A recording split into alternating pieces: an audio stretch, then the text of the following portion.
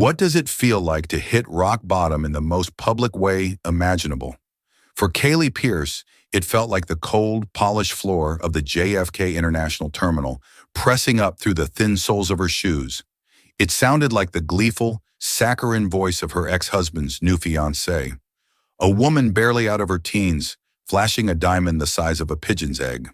It tasted like bitter ashes in her mouth as he looked at her with pity.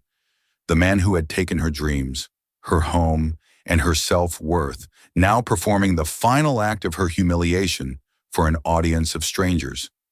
But what he didn't know, what no one could see, was that this wasn't an ending. It was a takeoff. The air in John F. Kennedy International Airport's Terminal 4 was a thick, chaotic soup of human experience. It smelled of Cinnabon, stale coffee, and the faint, anxious sweat of 1,000 travelers running late. For Kaylee Pierce, it smelled like defeat. She clutched the handle of her simple navy blue carry-on, her knuckles white. Every nerve ending was a frayed wire, zinging with the low-grade hum of anxiety. Flying had never been her favorite activity, but flying commercial, alone, to a mid-tier design conference in Chicago felt less like a journey and more like a sentence. It had been 1 year, 2 months, and 11 days since the divorce was finalized. 1 year of rebuilding her life from the studs out, in a tiny one-bedroom apartment in Queens that perpetually smelled of her neighbor's curry. 1 year of swapping champagne toasts at gallery openings for lukewarm tea at her drafting table. 1 year of being Kaylee Pierce, a lone entity, no longer half of the golden couple, the Millers. Her ex-husband, David Miller, was a man carved from ambition and polished with a veneer of charisma. A real estate developer who had conquered the cutthroat Brooklyn market, he had a smile that could sell a condemned warehouse and the moral compass of a circling shark. In their decade together, Kaylee had been the silent partner, the impeccable hostess, the tasteful decorator of their lives. Her own aspirations of becoming a world-class interior designer were relegated to a darling little hobby he would trot out at dinner parties. A sudden burst of loud, performative laughter cut through the terminal's din. Kaylee's blood ran cold. She knew that laugh. It was a manufactured sound designed to draw attention, as subtle as a neon sign. She didn't have to look. She knew who it belonged to. "Oh, Davy, you're just awful!" shrieked a high-pitched voice. Kaylee's shoulders tensed. She tried to melt into the crowd, to become another anonymous face in the sea of humanity. She angled her body away, pretending to be intensely interested in the departure board, the letters blurring into an incomprehensible jumble. Chicago, gate B24, boarding, just get to the gate, just get on the plane. But fate, in its infinite cruelty, had other plans. "Well, well, well, look what the cat dragged in." The voice was smooth, confident, and dripping with a condescending familiarity that made the fine hairs on Kaylee's arm stand up. She closed her eyes for a brief second, took a breath, and turned. David Miller stood before her, looking every inch the man of the hour he always believed himself to be. He wore a tailored Brioni suit that probably cost more than her apartment's security deposit, his custom leather shoes gleaming under the harsh, fluorescent lights. His hair was perfectly coiffed, his teeth impossibly white. Clinging to his arm was his fiancée, Tiffany Sinclair. Tiffany was everything Kaylee was not. Young, bubbly to the point of effervescence, and dressed in a hot pink Juicy Couture tracksuit that screamed for attention. Her hair was a waterfall of blonde extensions. Her lips were plumped to an almost comical degree, and her nails were long, acrylic talons painted with glitter. She was a living, breathing Instagram filter. "Kaylee," David said, his voice a low purr, "fancy meeting you here. I didn't think you could still afford to fly." The jab landed precisely as intended. It was a direct hit to the small, fragile boat of her finances, which he had torpedoed during their divorce. He'd hidden assets, leveraged her signature on documents she hadn't understood, and left her with just enough to be legally satisfied, but personally devastated. Kaylee forced a tight, polite smile. "Hello, David." "Tiffany, I have a flight to catch." "Oh, we do too," Tiffany chirped, her voice grating on Kaylee's raw nerves. "We're off to Cancun, first class, of course. Davy is spoiling me rotten before the big day." As she said big day, Tiffany did something so theatrical, so utterly calculated that Kaylee almost laughed at the audacity of it. She lifted her left hand to brush a stray extension from her face, angling it perfectly so the enormous diamond on her ring finger caught the overhead lights and exploded into a supernova of brilliance. It was a monstrous thing.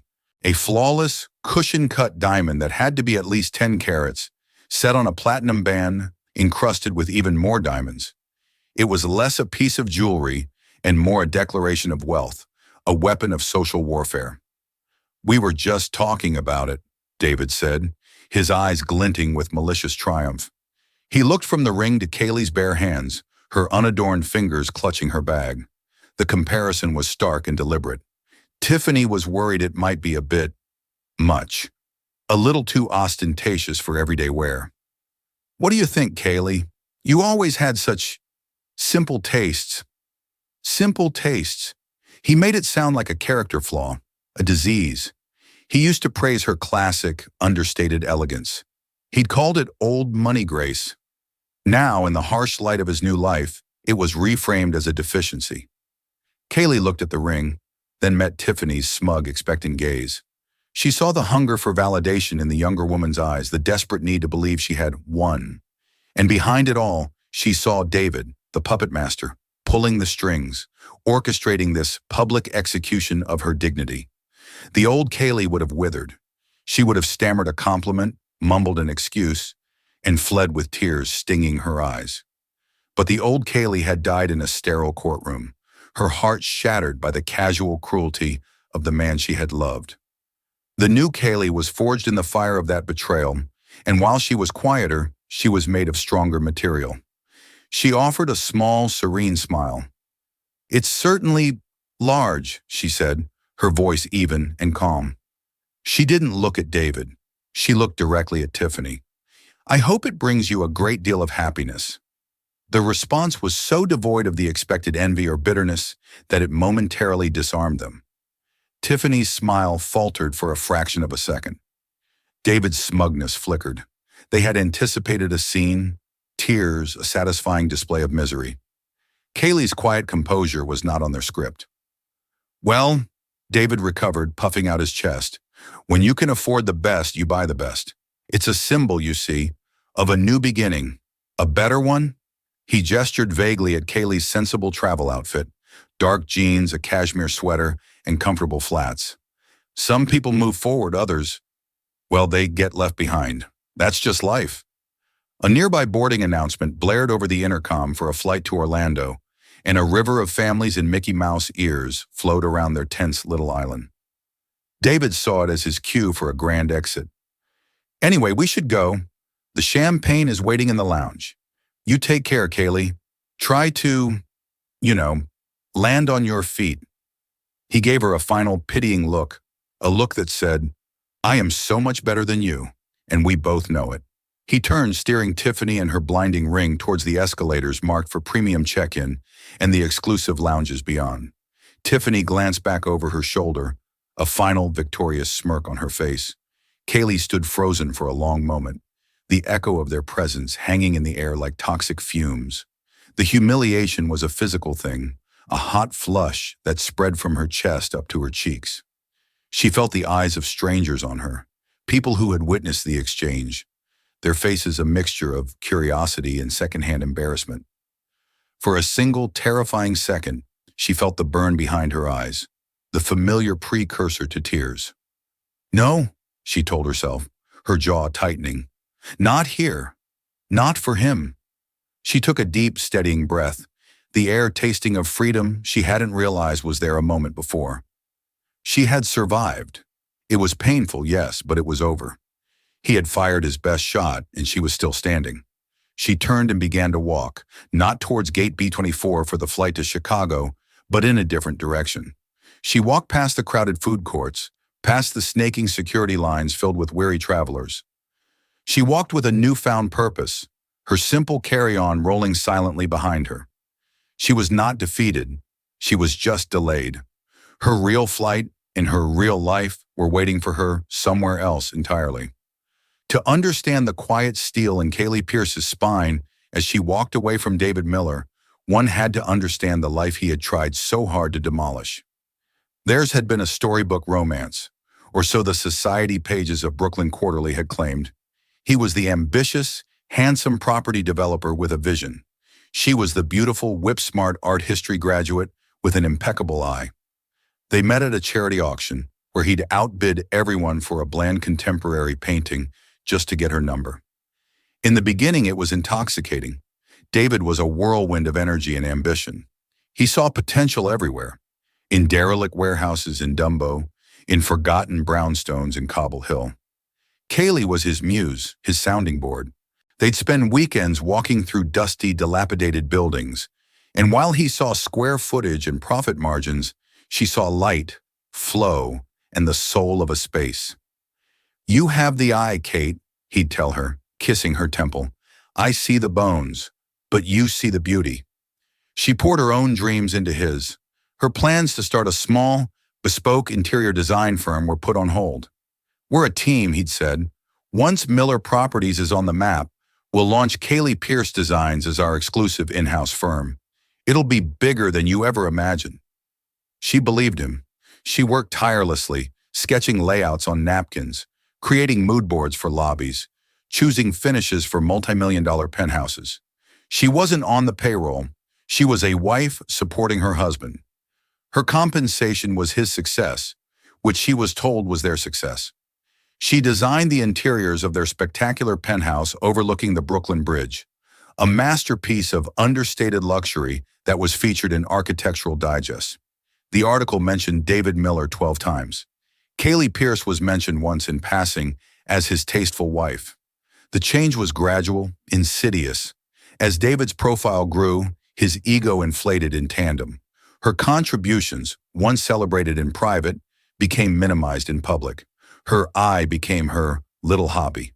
The plans they'd made for her own firm were perpetually postponed. "The market's not right, honey," or "We need to focus on this new acquisition." The man who once valued her intellect began to value only her appearance. He wanted a beautiful accessory on his arm at galas, a silent, smiling hostess at his investor dinners. He started making small, cutting remarks that were designed to chip away at her confidence. He'd critique her choice of dress in front of friends, question her opinion on an art piece, or jokingly tell a story that made her sound naive and incompetent. Kaylee, blinded by love and the life they had built, made excuses for him. He was stressed. The pressure was immense. This wasn't the man she married. It was a temporary mask he wore for the world. The mask fell off the day she came home early from a sourcing trip to find a receipt from a jeweler, Van Cleef and Arpels. It was for a diamond tennis bracelet, a piece far too flashy for her own taste. When she asked him about it, he lied with the ease of a seasoned professional. "It's a gift for my mother's birthday, Kate. I wanted it to be a surprise." His mother's birthday had been 2 months prior. A week later, a friend sent her a screenshot from an Instagram story. It was a picture posted by a 22-year-old fitness influencer named Tiff Sinclair Fit. In the photo, Tiffany was sipping a cocktail on a yacht, her wrist adorned with the very same Van Cleef and Arpels bracelet. The yacht, Kaylee realized with a sickening lurch, was the one David had chartered for a boys' weekend a month ago. The discovery was a detonation in the heart of her world, but the affair was only the surface layer of his betrayal. When she confronted him, there was no remorse, no apology. There was only annoyance that he'd been caught. "Don't be so dramatic, Kaylee," he'd said, loosening his tie as if her discovery were a minor inconvenience. "It's not serious. She's just a bit of fun." But it was serious. As she began digging, hiring a lawyer against David's furious objections, the true scale of his deceit became clear. It wasn't just about infidelity, it was about erasure. Her lawyer, a sharp, no-nonsense woman named Ms. Albright, uncovered the truth piece by painful piece. The Architectural Digest feature? David's PR team had actively lobbied the magazine to minimize her role. A major hotel project in Soho, for which Kaylee had created the entire design concept from scratch. A concept that won Miller Properties the lucrative contract, had been copyrighted solely under David's name. He had taken her intellectual property, the very soul of her creative ambition, and claimed it as his own. The divorce was brutal. He used his wealth and power to drag out the proceedings, to bleed her dry emotionally and financially. He painted her as a bitter, grasping woman who was angry her allowance was being cut off. He claimed her design work was nothing more than a wife's hobby, amateurish dabbling with no real-world value. In the end, Kaylee was exhausted. She saw the fight could go on for years, a public spectacle that would destroy what little spirit she had left. So she settled. She took a fraction of what she was owed, foregoing any claim on the intellectual property of the Soho Hotel project. It was the price of her freedom. She walked away from the penthouse, the shared accounts, and the man she no longer recognized, with just enough money to start over in a heart full of scar tissue. The first 6 months were a blur of grief and solitude. She moved into the small Queens apartment, the silence of it a stark contrast to the bustling social life she'd once led. She felt like a ghost, haunting the edges of a life that was no longer hers. Friends from her married life, David's friends really, had vanished. The invitations stopped coming. She was no longer relevant. It was during this bleak period, huddled under a blanket on a cold November night, that she almost gave up. She scrolled through Instagram, a masochistic impulse, and saw David and Tiffany on a beach in St. Bart's. He looked happy, triumphant. The caption read, "Upgrading." Something inside Kaylee snapped. It wasn't the rage she expected, but a cold, clear, diamond-hard resolve. He would not be the author of her story's ending. He would not get the satisfaction of her fading into obscurity. He had taken her past, but he would not take her future.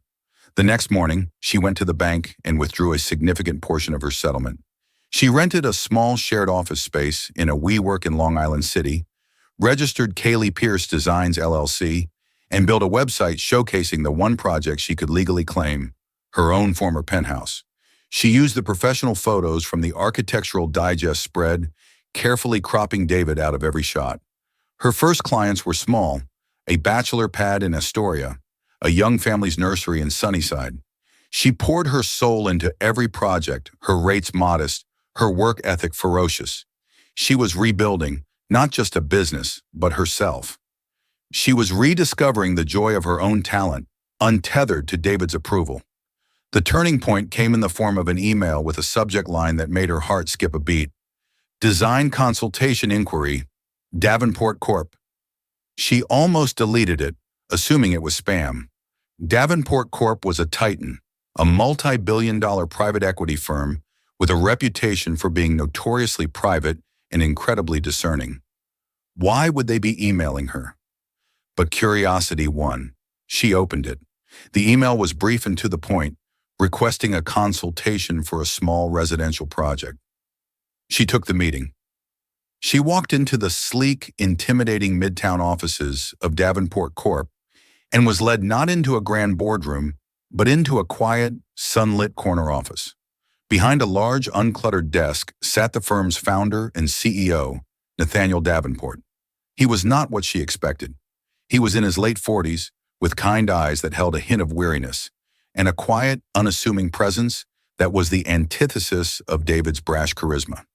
He was dressed in a simple gray sweater and slacks, no ostentatious watch, no flashy suit. He explained that he needed his guest house, a small carriage house on his estate in Connecticut, redesigned.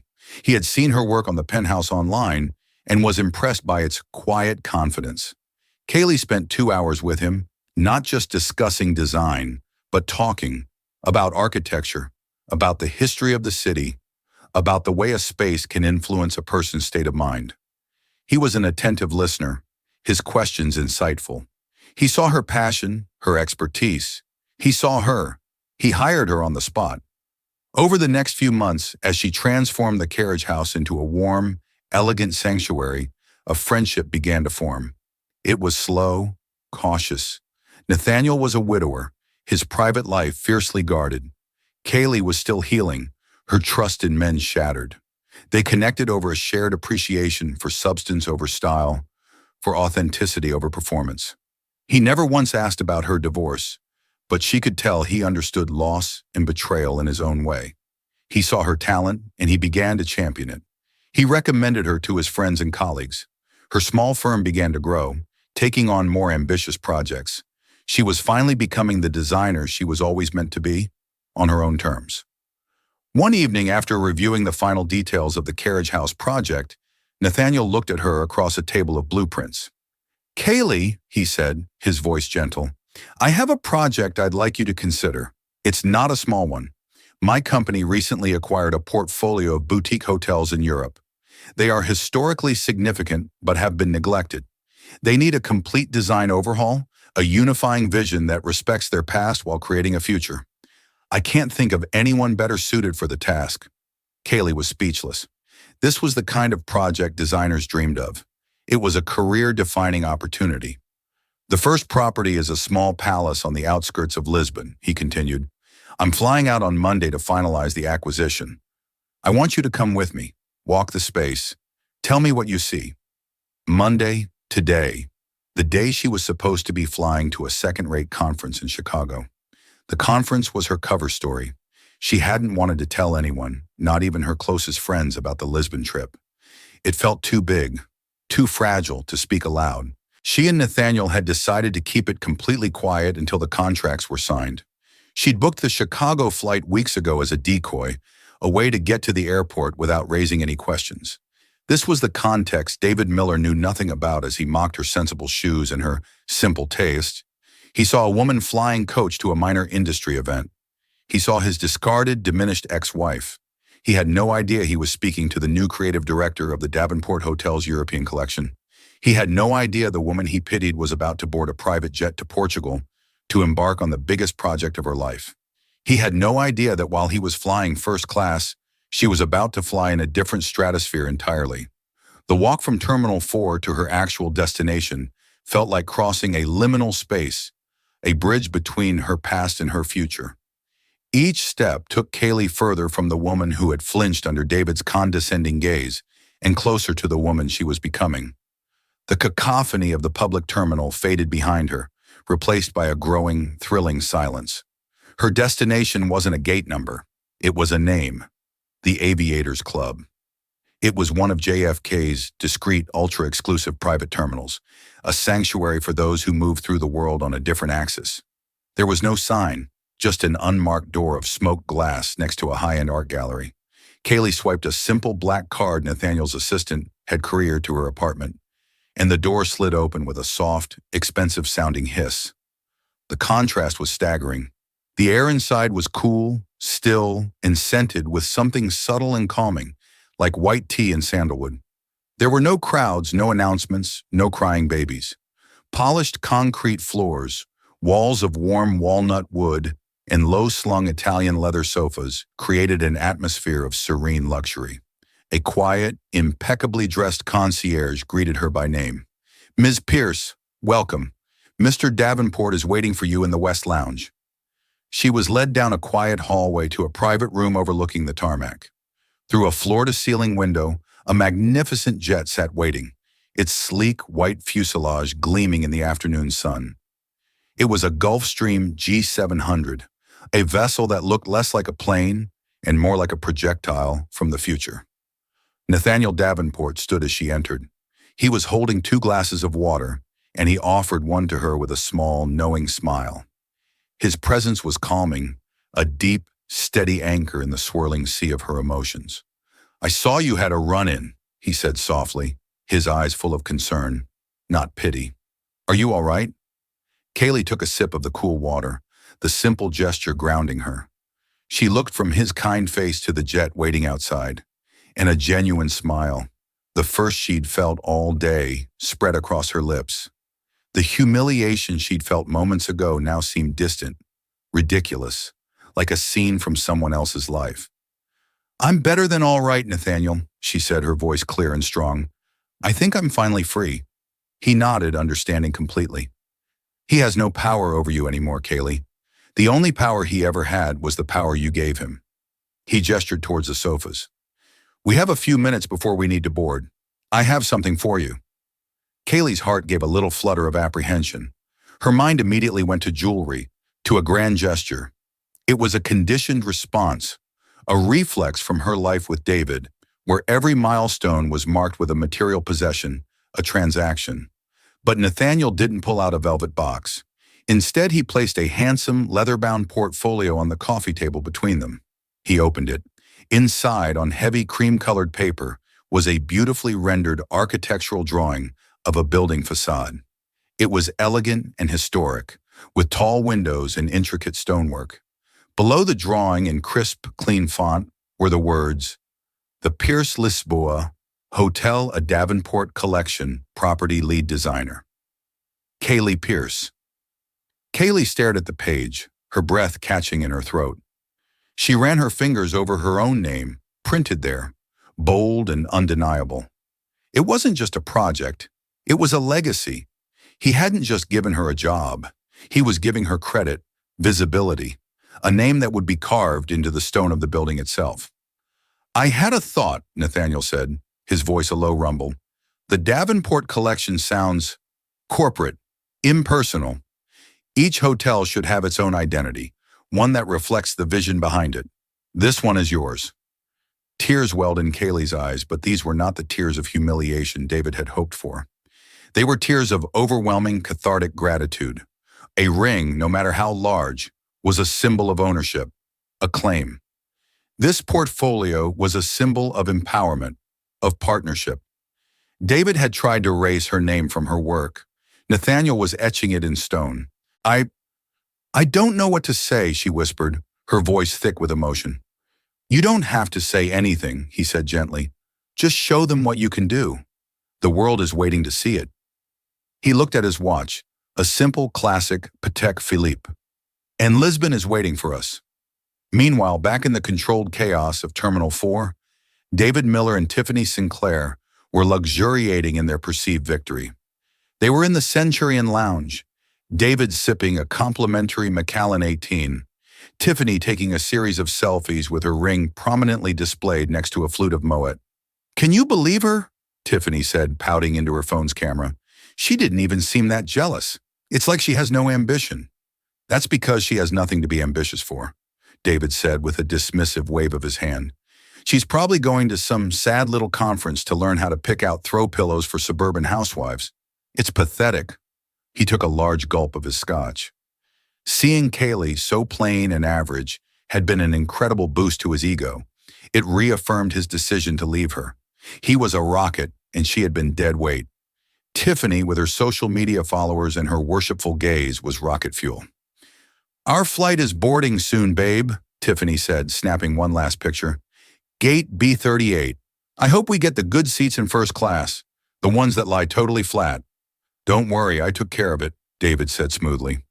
An hour later, they were shuffling down the jet bridge, a far less glamorous experience than the lounge. Their flight to Cancun was on a major commercial airline, and while first class was comfortable, it was still part of the public machine. As they found their seats, 2A and 2B, David glanced out the window, a smug smile still playing on his lips. His smile froze. His eyes widened. He blinked, thinking the scotch had gone to his head, but the image remained. There, on the private tarmac just beyond their gate, sat the Gulf Stream. Its staircase was down, a strip of red carpet laid out at its base. And walking across that carpet, her simple Navy carry-on now being handled by a uniformed pilot, was Kaylee. She was not alone. Walking beside her, his hand resting gently on the small of her back in a gesture of pure, respectful affection, was a man David recognized with a jolt of ice-cold shock. Nathaniel Davenport. Not just a billionaire, but the billionaire. A man whose name was whispered with reverence and awe in the real estate and finance circles David so desperately wanted to dominate. A man who had never once returned David's calls. "What? What is that?" Tiffany asked, following his gaze. She saw Kaylee, her silhouette elegant and poised against the gleaming jet. She saw Nathaniel Davenport hold the door open for her, his focus entirely on her. David couldn't speak. His mind was a frantic mess of denial and confusion. It's a mistake, a coincidence. She's his assistant, his decorator for the plane. But he knew. He saw the way Davenport looked at her with a deep, quiet respect that David himself had never managed. He saw the way Kaylee ascended the stairs, not like an employee, but like a queen returning to her throne. Just before she disappeared inside the aircraft, Kaylee paused. She turned, her gaze sweeping across the vast expanse of the airport. For a fleeting second, her eyes seemed to lock directly onto the window of their commercial flight, directly onto David's face. There was no malice in her expression, no triumph. There was only a calm, quiet, and utterly devastating indifference. It was the look of someone who had already forgotten he existed. Then she was gone, the door of the G700 closing with a silent, final click. "Davy!" Tiffany's voice was small, uncertain. The 10-carat diamond on her finger suddenly seemed gaudy, a piece of theatrical glass. "Who is that with her?" David sank into his seat, the leather feeling cheap and sticky. The scotch in his stomach churned into acid. The first-class cabin felt cramped, suffocating. He saw his reflection in the dark window. A man in an expensive suit on a commercial flight to a predictable resort town, next to a woman whose primary asset was her Instagram following. And out on the tarmac, the engines of the Gulfstream began to whine, a low thrum that grew into a powerful roar. It was the sound of a different world, a world he had no access to. A world where his ex-wife, the woman he had belittled and discarded, was now a citizen. The jet began to move, taxiing with effortless grace towards the runway, towards Lisbon, towards a future he couldn't have even conceived of for her. He had thought he'd left her behind. The gut-wrenching truth that was dawning on him, with the force of a physical blow, was that she had just lapped him. The flight to Lisbon was 7 hours of surreal, suspended reality. The moment the Gulfstream's wheels left the tarmac at JFK, it felt as though Kaylee had shed a physical weight. Inside the cabin, the roar of the engines was a muted, distant hum, a sound that seemed to come from another world. The interior was a study in the very design principles she championed. Understated, functional luxury. Cream-colored leather seats, polished dark wood paneling, and brushed nickel accents created a cocoon of tranquility. It was the antithesis of David's taste for gilded, ostentatious glamour. Here, everything was about substance, quality, and quiet confidence. They didn't speak for the first hour. Nathaniel seemed to understand her need to decompress, to simply exist in this new, rarefied air. He worked silently on his laptop while Kaylee gazed out the window, watching the coast of America recede into a blue haze. The woman who had stood trembling in Terminal 4 felt 1,000,000 miles away, a ghost from a past life. The encounter, which had felt so monumental and mortifying, now seemed like a necessary final act, a loud, vulgar closing statement from a man whose opinion no longer mattered. Finally, Nathaniel closed his laptop with a soft click. "I imagine your mind is already there," he said, his voice a calm counterpoint to the engine's hum. Kaylee turned from the window, a genuine smile touching her lips. "I'm trying to be patient, but yes, I've been mentally walking the halls of the Palacio Ribeiro since I first saw the preliminary photos." "Tell me what you see," he prompted, leaning forward slightly, his attention fully on her. It was this quality, his ability to listen with such focus, that had first disarmed her. For a brief flickering moment, a shadow of the old self-doubt crossed her mind. A voice that sounded suspiciously like David's whispered, "Who are you to take on a palace?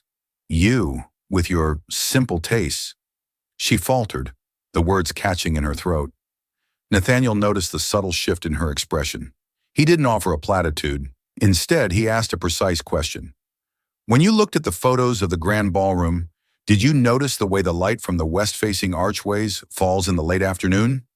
The technical question instantly grounded her, pulling her from the mire of insecurity back onto the solid footing of her expertise. "Yes," she said, her voice regaining its strength. "It creates these long, dramatic shafts of light. Most designers would fight it, try to diffuse it. I think we should lean into it. Polish the floors to a dark mirror finish, use textiles that absorb light in some areas and reflect it in others. Turn the light itself into a moving architectural element." Her passion ignited, and for the next hour they weren't a billionaire and his newly hired designer. They were two collaborators, two minds building something together. She talked about restoring the original azulejo tiles in the corridors, about creating a hidden garden bar in the overgrown courtyard, about commissioning local artisans to weave tapestries that told the palace's history. He listened, absorbing every word, occasionally interjecting with a question about budget or structural feasibility, treating her ideas with the serious consideration of a true partner. It was in the middle of this creative torrent that he paused and said, "We have a few hours before we land. I have something for you." Kaylee's heart gave that familiar, conditioned flutter of apprehension. A gift, from a man of immense wealth. The reflex, born from a decade with David, was to brace herself for a transaction, a gesture of ownership masquerading as generosity. Nathaniel must have seen the flicker of unease in her eyes. He simply reached for a handsome, leather-bound portfolio on the seat beside him and placed it on the polished table. He didn't make a show of it. He just opened it to the first page. Inside, on heavy, cream-colored archival paper, was a beautifully rendered architectural drawing of the palace's magnificent facade. Below the intricate stonework and elegant archways, in a crisp, clean font, were words that made the air leave her lungs. The Pierce Lisboa Hotel, a Davenport Sovereign Collection property, lead visionary and designer, Kaylee Pierce. Kaylee stared, her mind struggling to process the sight.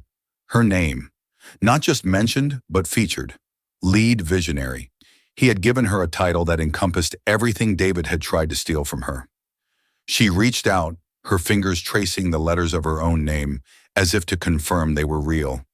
It felt more solid, more valuable than any diamond could ever be. A diamond sat on your finger, a claim. This was a foundation, an identity.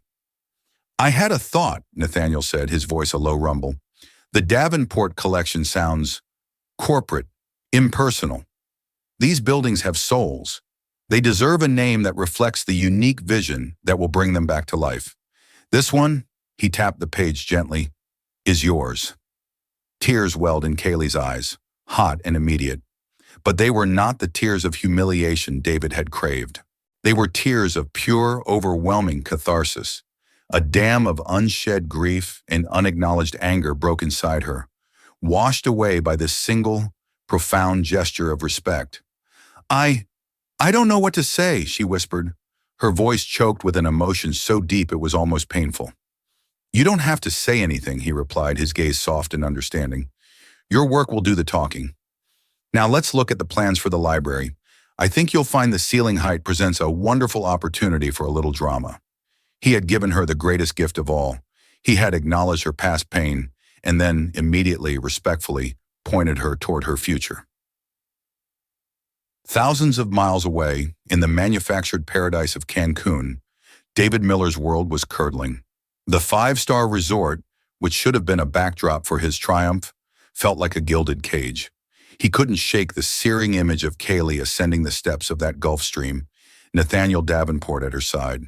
It was an image of a world beyond his, a club to which he had not been invited. Tiffany, blissfully unaware, was a constant, grating reminder of the choice he had made. Her entire existence seemed to revolve around documenting their vacation for her followers. Every meal was preceded by a 10-minute photo shoot. Every stroll on the beach was interrupted so she could capture the perfect candid but posed shot of her glittery sandals in the sand. "Davy, hold my spicy margarita and get a picture of me in the infinity pool," she commanded on their second day, already on her third cocktail before noon. "Make it look like I'm laughing at something you said. And get the ring in the shot."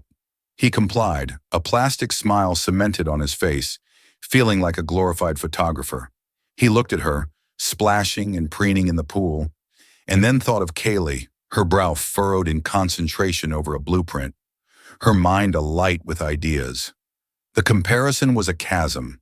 He had traded a masterpiece for a cheap print.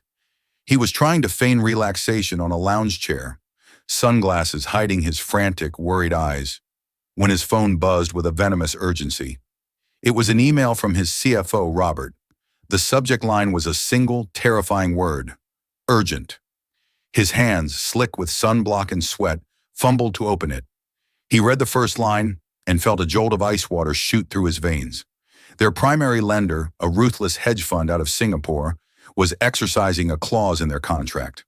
They were calling in the entire 9-figure loan on the Miller Tower, his signature Williamsburg development. He was over-leveraged, having gambled that the booming market would never cool. He had 30 days to either refinance or produce the full amount. 30 days. "Babe, come on, the water's amazing," Tiffany called out. "In a minute," he barked, his voice harsher than he intended. He began firing off frantic texts to Robert, his thumbs flying across the screen. "Call them. Offer them a higher rate. We need an extension." The response came back almost immediately. "They aren't negotiating, David. They smell blood." His empire, a structure he'd built on bravado and risky debt, was teetering on the edge of a cliff. Days later, the trip a blur of forced fun and internal panic, he was back in the soulless resort bar, nursing a whiskey. He was aimlessly scrolling through a financial news site on his phone, desperate for any distraction, when a headline seized his attention, squeezing the air from his lungs. Davenport unveils Sovereign Collection, taps visionary designer Kaylee Pierce for new luxury hotel brand. He clicked the link, his heart pounding a sick, heavy rhythm against his ribs. The article featured a large, stunning photograph. It was Kaylee. She stood on a sun-drenched balcony overlooking the Tagus River in Lisbon. She wasn't smiling for a camera. She was caught in a moment of genuine passion, sketches in one hand, gesturing with the other, her face alive with intelligence and purpose.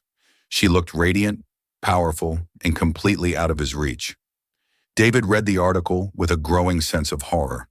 It spoke of a multi-hundred-million-dollar acquisition, a portfolio of Europe's most historic properties, and it named Kaylee Pierce, as the lead creative force, the visionary entrusted with the soul of the entire brand. It quoted industry experts praising her understated genius and her authentic, narrative-driven approach. They were using the exact phrases she had used with him years ago, phrases he had mockingly dismissed as artsy babble. Tiffany leaned over his shoulder, her perfume cloying and sweet. "Is that her?"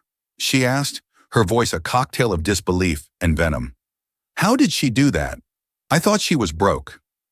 David didn't answer. He was staring at the photo, at the woman he had cast aside, and then he looked at the woman beside him, whose greatest ambition was to get a sponsorship deal with a tequila brand. The ring on Tiffany's finger, the massive diamond he had leveraged his crumbling company to buy, suddenly looked like a pathetic, desperate prop. The true reckoning, however, waited for him in New York. The Cancun tan had already faded, but the feeling of dread had settled deep in his bones. He was in his office, the panoramic view of the city now feeling like a mocking testament to his imminent failure, when his lawyer, a man named Peterson, called. "David," Peterson said, his voice stripped of its usual bluster, "we have a problem, a big one, the Soho Hotel." "What about it?" David snapped, his patience worn to a thread. "It's my only asset that's making real money right now. That's the problem. Do you remember the intellectual property waiver Kaylee Pierce signed during the divorce? The one concerning the design concept?" "Of course I remember," David said, his grip tightening on the phone. "She signed away all rights. It's airtight. It's mine." There was a heavy sigh on the other end of the line. "Well, David, we just received a formal notice of litigation from Davenport Corp's in-house counsel. They aren't contesting her signature. They're going after the very foundation of the agreement. They're claiming fraudulent inducement." "What the hell does that mean?" David roared, standing up so fast his chair screeched back. "It means," Peterson said, his voice dropping ominously, "they are arguing that you deliberately and systematically misled her about the value of her professional contributions. That you created a narrative that her work was a hobby to fraudulently induce her to sign away an asset, her intellectual property, without understanding its immense commercial worth. David, they say they have proof, sworn affidavits from former employees at Miller Properties, copies of emails you sent to your PR team instructing them to minimize her role in the press. They have a mountain of evidence that you didn't just take her idea, you orchestrated a campaign to steal it." David felt the blood drain from his face. He remembered a specific email, sent late one night, laughing with his PR guy about how they would frame Kaylee as just the tasteful wife in the Architectural Digest piece. It had seemed so clever at the time. "They're not just suing for the design rights back, David," Peterson continued, his voice barely a whisper now. "They're suing for restitution, for all profits derived from that design since the hotel opened its doors, plus punitive damages. The phone felt slick in his hand. The profits from that hotel were the only thing holding back the wolves from Singapore. Losing that money wasn't just a failure, it was annihilation. And David, the lawyer added, delivering the final fatal blow, this isn't just some corporate suit. I looked into who Davenport has running this. The lead counsel on the filing, it's Eleanor Albright. Albright? David whispered, the name hitting him like a physical blow. Yes, her old divorce attorney. Apparently, Nathaniel Davenport hired her firm on a multi-year, 8-figure retainer last month. He didn't just give Kaylee a new job, David. He gave her an army. David dropped the phone. It clattered onto the desk, but he didn't hear it. He stumbled to the window, looking out at the city that was about to reject him.